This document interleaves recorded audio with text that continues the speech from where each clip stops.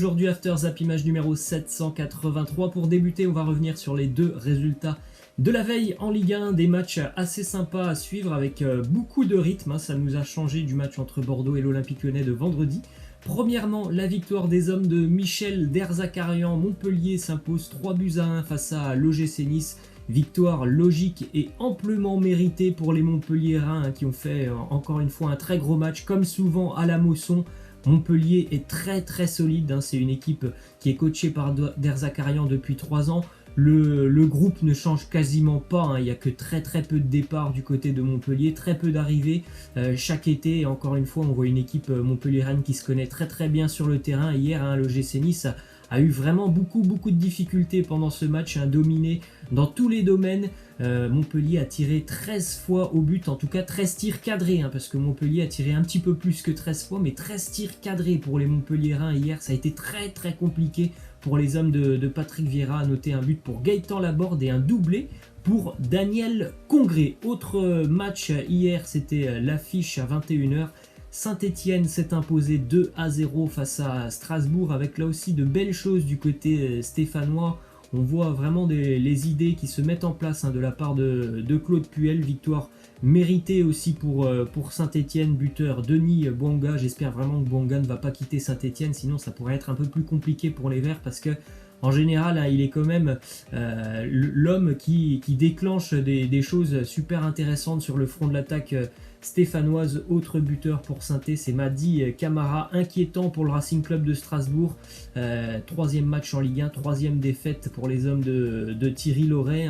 Franchement, c'est assez décevant ce que l'on voit de la part du Racing Club de Strasbourg, qui aura déjà un match ultra important la semaine prochaine face à Dijon. Ensuite, on part sur des infos qui concernent le Classico ce soir entre le Paris Saint-Germain et l'Olympique de Marseille. On sait que le PSG a de nombreux absents pour cette affiche, mais l'Olympique de Marseille va devoir aussi faire sans 2 joueurs qui normalement sont des joueurs quand même très importants dans l'effectif et dans le 11 d'André Villas-Boas. 2 forfaits majeurs pour l'OM à l'aube de cette grande affiche face au Paris Saint-Germain.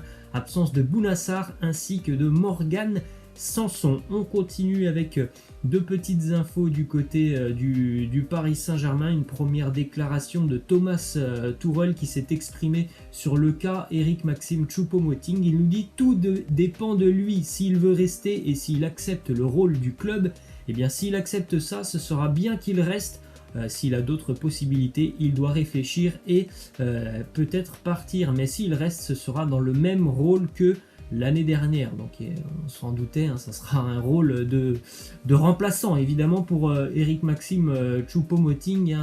Peut-être qu'il a envie de continuer du côté de Paris, mais il le sait très bien, il n'aura que très peu de temps de jeu comme l'année dernière. Ensuite, on a une petite info qui concerne le groupe parisien pour ce soir face à l'Olympique de Marseille. Une info qui va certainement faire plaisir aux supporters du Paris Saint-Germain. Thomas Tuchel a annoncé en conférence de presse le retour de Neymar, Di Maria, Keylor Navas ainsi que Leandro Paredes. Alors il y a encore des absents évidemment du côté de Paris, mais c'est déjà quand même plutôt pas mal de revoir ces 4 joueurs dans le groupe parisien. Alors je ne sais pas si les joueurs seront titulaires ce soir, en tout cas ils sont dans le groupe et ça évidemment ça va faire du bien au Paris Saint-Germain qui a eu vraiment des problèmes contre le Racing Club de Lens dû à de trop nombreux absents. Ensuite, une déclaration de Thomas Tuchel sur le chambrage des supporters marseillais après la défaite du PSG en finale de la Ligue des Champions. Thomas Tuchel nous dit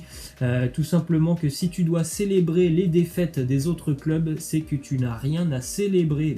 C'est vrai, malheureusement pour l'OM, on les voit célébrer les défaites du Paris Saint-Germain en Ligue des Champions, mais on ne les voit pas trop célébrer des victoires de l'OM, que ce soit en Coupe nationale ou en Ligue des Champions, parce que tout simplement l'OM ne gagne plus de coupe, l'OM n'est plus présent en Ligue des Champions depuis 7 ans, donc évidemment c'est plus facile de célébrer les défaites des autres. On verra ce que fera l'OM l'année prochaine en Ligue des Champions. J'espère de tout cœur que que les Phocéens feront une belle campagne. Ensuite, une déclaration de Presnel Kimpembe qui nous dit: on n'a pas besoin des chambrages pour être motivé face à l'Olympique de Marseille. Nous, on sera prêts. J'espère que Dimitri Payet le sera aussi. Il est encore remis une petite couche. Les Parisiens sont surmotivés ce soir pour affronter l'Olympique de Marseille. Une petite info du côté de l'Olympique lyonnais, c'est une déclaration de Rudy Garcia qui nous dit: on n'a aucune offre pour le moment pour Memphis. Donc ça semble très clair. À l'heure actuelle, Memphis est encore loin du FC Barcelone. Autre info qui concerne un ex-joueur de l'OL maintenant, puisqu'il vient de quitter le club, c'est le gardien Cyprien Tatarusanu qui s'engage donc du côté de Milan pour 3 saisons. Il sera évidemment la doublure de Donnarumma, à moins que Donnarumma quitte Milan dans les toutes prochaines semaines. En tout cas, il va certainement faire banquette, Tatarusanu, comme il l'a fait du côté de l'OL. Ensuite, direction la Ligue 2 avec les résultats du multiplex de la 3e journée hier. En match avancé, Le Havre s'est imposé 3-1 du côté de Guingamp avec des Havrais très très réalistes sur ce match. À noter que le match entre Ajaccio et Dunkerque a été reporté pour une suspicion de cas de Covid du côté de Dunkerque. La victoire du Paris FC 2-1 du côté d'Amiens. Les Parisiens sont leaders de Ligue 2 avec 9 points. Victoire de Clermont du côté d'Auxerre 1-0. Victoire de Grenoble du côté de Chambly 2-1. Que des victoires à l'extérieur pour le moment. Victoire de Niort 1-0 face à Nancy. Les Niortais font un bon début de saison. Victoire pour le Stade Malherbe de Caen à Rodez 3-0. Victoire pour les Stacks face à Pau 2-0. Et Valenciennes aussi, qui fait un bon début de saison, s'impose 1-0 face à Châteauroux.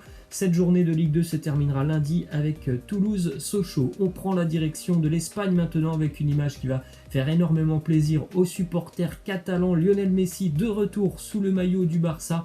Un mois après la défaite des Catalans 8-2 face au Bayern, le Barça jouait hier son premier match amical sous l'ère Ronald Koeman. Et donc Messi était présent pour la première mi-temps avec le sourire et le nouveau maillot du Barça. On continue avec une info qui concerne encore une fois Léo Messi et son brassard. Le capitana du côté de Barcelone était remis en question depuis quelques semaines. Le vestiaire a voté et le vestiaire a tranché. Messi restera capitaine du Barça. On poursuit donc avec le résultat pour ce premier match amical du Barça qui s'impose 3-1 face au Gimnastic de Tarragone.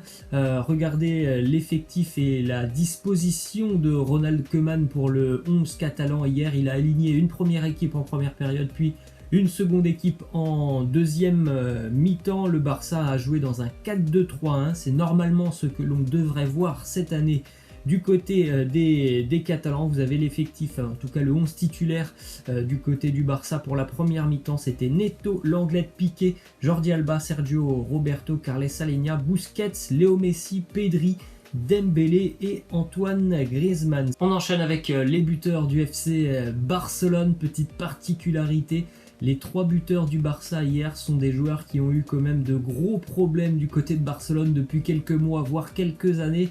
A noter un but pour Ousmane Dembélé, un but pour Antoine Griezmann et un but pour Philippe Coutinho. Donc c'est quand même des joueurs qui depuis quelques années ont des difficultés avec le Barça. Dembélé toujours blessé, Coutinho qui a été prêté et puis Griezmann depuis un an qu'il est arrivé au Barça, c'est un peu compliqué pour lui, donc c'est peut-être aussi l'année du renouveau pour ces joueurs. Et on va terminer du côté de Barcelone avec ce message envoyé par Ronald Koeman à Lionel Messi, un message, un conseil.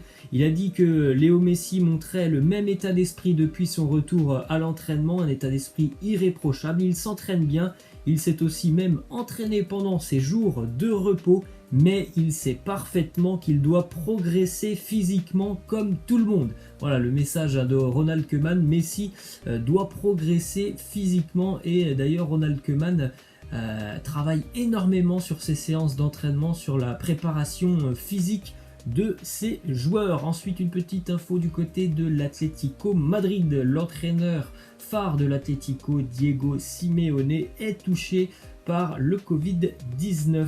On prend la direction de l'Angleterre maintenant avec le joli duel hier entre Liverpool et Leeds. Ce duel a tenu toutes ses promesses Victoire 4-3 pour le Liverpool de Jürgen Klopp face au Leeds. De Marcelo Bielsa à noter un triplé pour Mohamed Salah, un but pour Virgil van Dijk. Du côté de Leeds, c'est Harrison, Bamford et Clich qui ont marqué. On a vu vraiment un super match avec une équipe de Leeds toujours très offensive qui essaye vraiment de produire du beau football. Ça promet de belles choses pour les hommes de Bielsa. Cette année, ensuite, on a une petite info sur Mohamed Salah qui a inscrit un triplé. Donc 2 buts sur penalty hier pour la 4e année consécutive. Salah marque dès la première journée de Première Ligue. C'est un homme qui répond tout de suite présent. Mohamed Salah, il ne lui faut pas 36 matchs pour se mettre dedans.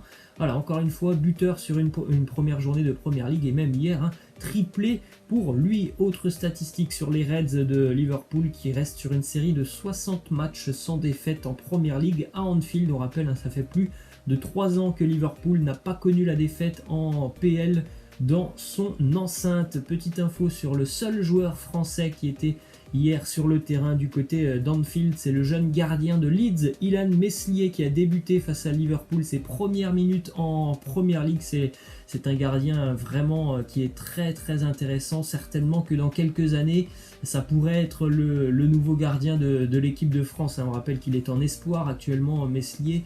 Il fait quasiment 2 mètres, il a même pas 20 ans, donc c'est vraiment un profil très intéressant, déjà titulaire en Première Ligue. On va continuer du côté de l'Angleterre avec la victoire d'Arsenal qui démarre très bien cette année. Victoire 3-0 des Gunners du côté de Fulham. Les buteurs pour Arsenal, Alexandre Lacazette, Pierre-Emerick Aubameyang et Gabriel qui a rejoint les Gunners il y a à peine 2 semaines. Déjà buteur, Gabriel.